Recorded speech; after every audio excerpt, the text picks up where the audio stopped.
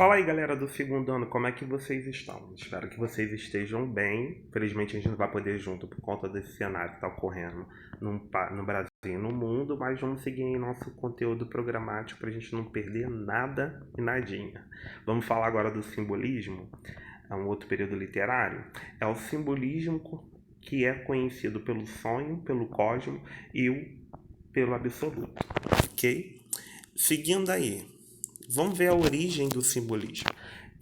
O simbolismo foi um movimento literário que vai ocorrer a partir do século XIX e vai terminar no modernismo. Vai surgir na França com proposta de oposição ao realismo e como reação ao materialismo e ao cientificismo.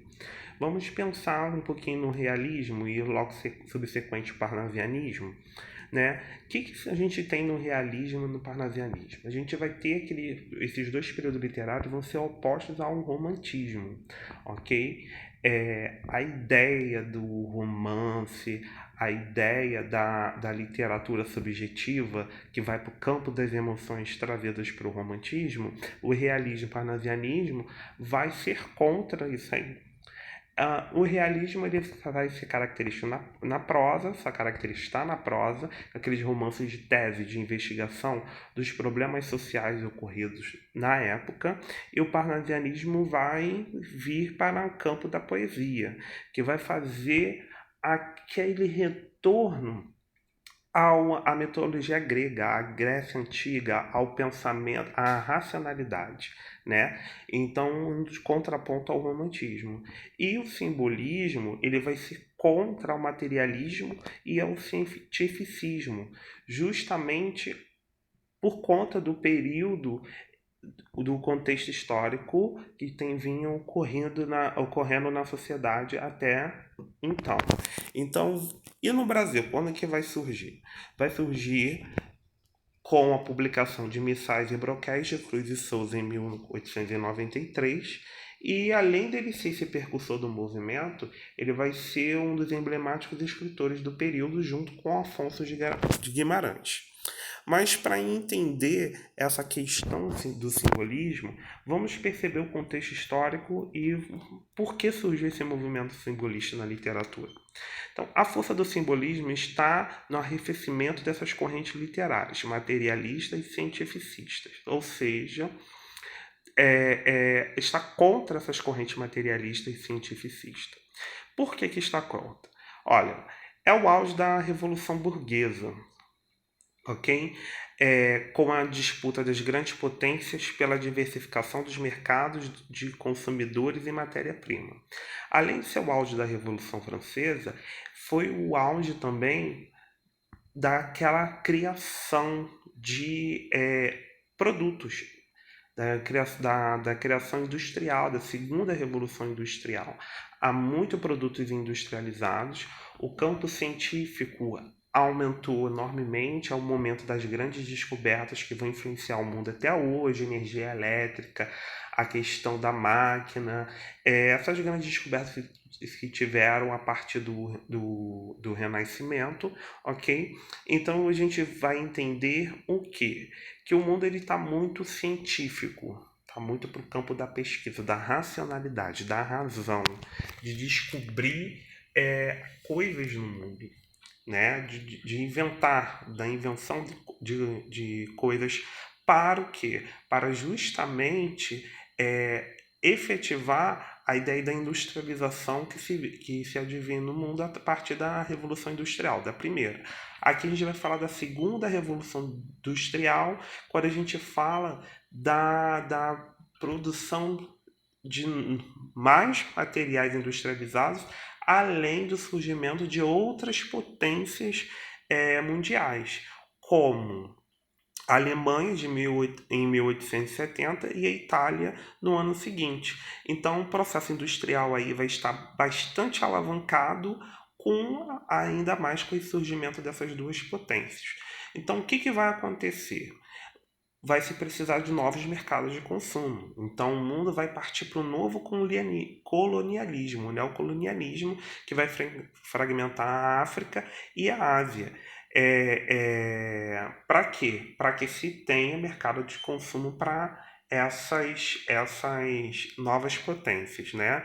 É, o que vai ocorrer nessa disputa? Vai desencadear a Primeira Guerra Mundial. Então a gente pode aí apontar no contexto histórico como Segunda Revolução Industrial, surgimento de novas potências econômicas como a Alemanha e a Itália, o novo colonialismo e a busca incessante de mercados de consumo e de matéria-prima para sustentar toda a cadeia industrializada que tinha no mundo nesse momento. Nas artes, a projeção é de frustração. Por quê que a projeção de frustração, de medo e de desilusão? Com toda essa revolução industrial, acentuou-se as desigualdades sociais presentes no mundo, né? Nem todos aqueles que faziam parte da sociedade burguesa conseguiram alcançar os bens proporcionados por essa nova expansão da industrialização e a realidade deles figuraram-se no momento, vai se figurar no momento contrário da imaginação que eles imaginavam que seria para o mundo. Então, todos vão se frustrar, né? Vão se frustrar com isso na sociedade. Então vai ter do medo. O medo para quê? Para onde que a sociedade vai se caminhar a partir desse aumento das desigualdades e da desilusão com o que se teve com a esperança, com a vinda da Revolução Industrial, com a mudança dos cidadãos do campo para as cidades, né? Se pensou em melhoria de condições de vida, mas no final não é isso que aconteceu. Então, o que vai surgir o simbolismo? Vai surgir como uma forma de negar a realidade objetiva. Então, vamos dizer assim, que os artistas vão sair do campo da realidade objetiva, da realidade que eles vivem, e vão entrar, vão se interiorizar, vão entrar para o seu mundo subjetivo, para o seu mundo das emoções novamente, tá? E vai renascer as ideias espiritualistas, fugidas, que não se tinha mais no realismo e não tinha mais no parnasianismo. Então vai ser o processo em que o homem de novo se conecta com o seu interior, tá? Então o simbolismo vai passar a ser a rejeição do mecanicismo por meio do sonho, ou seja, vai ser a rejeição daquela coisa mecânica por meio do sonho, da tendência cósmica e do absoluto. Por isso que é o sonho, o cosmo e o absoluto. Abrange a camada da sociedade que está à margem do processo do avanço tecnológico e científico promovido pelo capitalismo. Então, a frustração dessas pessoas que não obtiveram a revolução com o capitalismo, não obtiveram aquela mudança de vida desejada, eles vão voltar para o interior como uma forma de fuga da sua realidade objetiva. Tá? Esse é o contexto histórico do simbolismo. Seguindo aí. Quais são as características do movimento simbolista?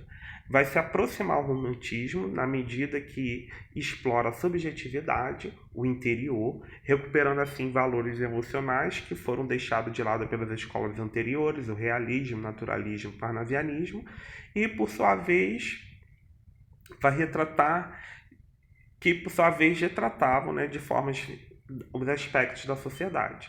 Então vai sair da realidade e vai voltar para aqueles ideais do romantismo, a valorização do subjetivo, a valorização do campo emocional.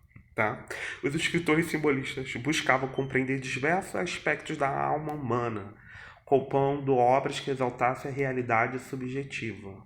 Assim, o simbolismo vai negar a lógica e a razão, que anteriormente foi bem explorada por artistas realistas, naturalistas e parnasianos.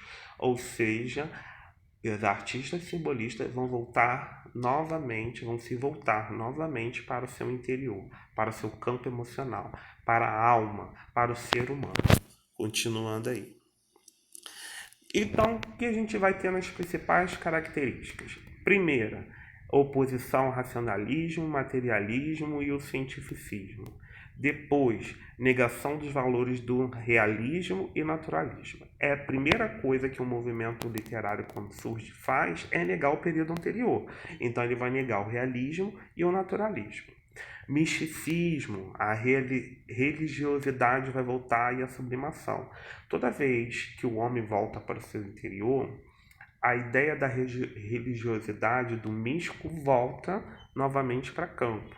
Por quê? Porque é uma forma de fuga. A religiosidade é uma forma de fuga do ser humano para da sua realidade, né? Então a gente vai ter aí a questão do mistério, da fantasia, do sensualismo, o subjetivismo e o individualismo, uma linguagem fluida e musical. Isso é importante, linguagem musical. A aproximação da poesia e da música, universo onírico e transcendental. Vai fugir do campo da realidade, vai ser algo que é transcendente. A valorização da espiritualidade humana e exploração do consciente e inconsciente e combinações sonoras e sensoriais.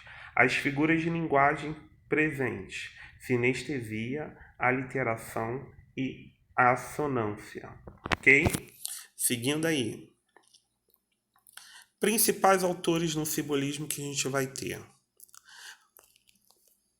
Primeiro, no Brasil, o percursor e o mais importante dele é o Cruz de Souza. Era filho de escravo e pode ser considerado o mais importante poeta do simbolismo no Brasil.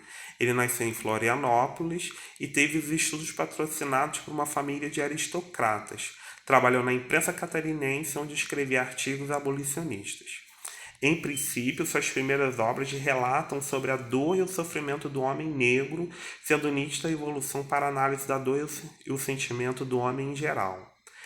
Foi morrer de tuberculose aos 36 anos e suas únicas obras e publicações são Missal, que é um livro de prosa, e Broquéis, que é um livro de verso. Sua produção literária é marcada pelo abandono do subjetivismo e da angústia, porque ocorre a busca por posições universais. Vamos seguindo aí.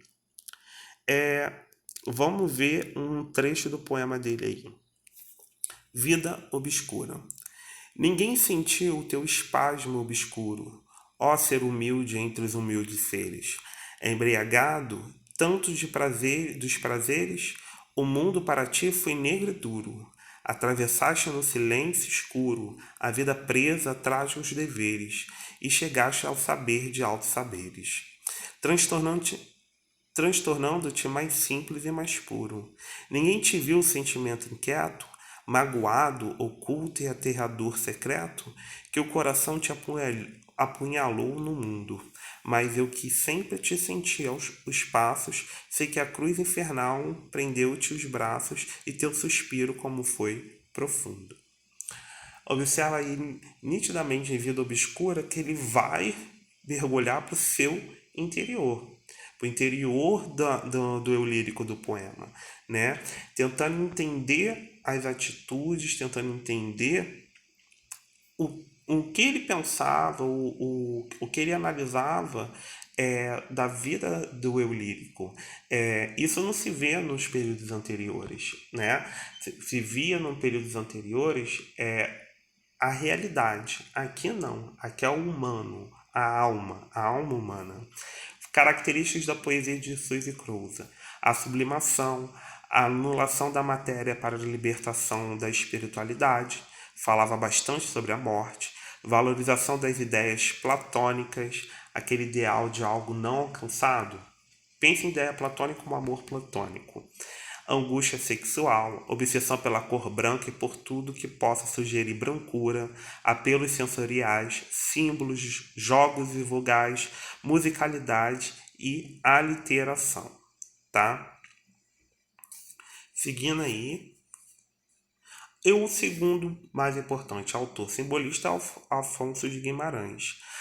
Afonso de Guimarães, ele nasce em Ouro Preto, Minas Gerais, foi estudante de Direito e depois de acabar seus estudos, atuou como juiz de direito em Mariana. Estudou também Ciências Sociais em São Paulo e completou o curso em 1895. A sua poesia é marcada pela postura de devoção e do misticismo, e principalmente a morte de Constança, a prima que amava e faleceu aos 17 anos. Assim, Constança aparece em todos os temas. religião, arte e natureza. Sua religiosidade e devoção são considerados exageros em meio ao amor espiritualizado. Produziu por cerca de 30 anos em uma obra de influência renascentista e árcade. É adepto do verso decassíbulo, mas chegou a explorar a redondilha maior. Vamos ver aí Ismalha de Afonso de Guimarães. Quando Ismalha enlouqueceu, pôs-se na torre a sonhar. Viu uma lua no céu, viu outra lua no mar. No sonho em que se perdeu, banhou-se todo em luar. Queria subir ao céu, queria descer ao mar. E no desvario seu, na torre pôs-se a cantar. Estava perto do céu, estava longe do mar. E como o anjo pendeu as asas para voar. Queria a lua do céu, queria a lua do mar. As asas que Deus lhe deu refluram de par em par. Sua alma subiu ao céu, seu corpo desceu ao mar. Que a gente pode. Por que a gente fala que os poemas, a poesia simbolista é musical? A gente percebe a sonoridade musical nos poemas, fica nítido a questão da valorização do ritmo e da rima, né? É só a gente ler que a gente percebe literalmente essa ideia de valorização do ritmo e da rima como se fosse até uma música. É fácil de botar música nesse poema, né? Voltando à ideia do interior, ok? Da alma, de investigação da alma, de investigação do sentimento, literalmente. Vamos ver a característica da poesia de Afonso de Guimarães: é o misticismo, o amor, a morte, a sublimação por meio da morte, a linguagem de sugestão, a literação, tendência à autocompaixão, ok? Gente, a gente, para finalizar, a gente diz que o simbolismo foi um retorno ao romantismo. As ideias, não é ao período romântico, mas a ideia do romantismo, da subjetividade, do eu novamente, de olhar para dentro, de ver o sentimento, o campo sentimental. Esse foi o romantismo. Entretanto, que a gente percebe aqui que não perde a ideia da forma, da linguagem literária em si, né? Por mais que se fale da valorização do eu, da alma, se investiga isso, a ideia da forma trazida pelo parnasianismo ainda não se quebrou. Todos os poemas aí, eles são construídos dentro das rimas poéticas, dentro de uma métrica, né? Utilizando toda a ideia academicista da linguagem, entendeu? Entretanto, os temas que vão se alterar referente ao parnasianismo e o olhar dos autores na época, o olhar para o interno, para o interior, para a religião, para a alma. Isso tudo uma forma de fugir da realidade vinda com todo aquele contexto histórico que a gente viu anteriormente, com a frustração do homem diante da Revolução Industrial, diante do capitalismo que buscava uma ideia de melhora de condições de vida da população.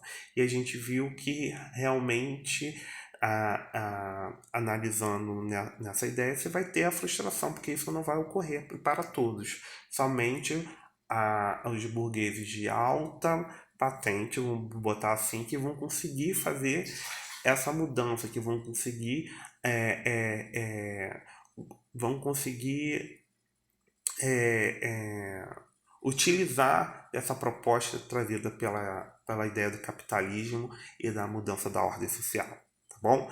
Galera, olha, na apostila o simbolismo está na página 10, 11 e 12. Espero que vocês tenham gostado. Até a próxima aula. Aproveitem. E eu espero estar com vocês em breve.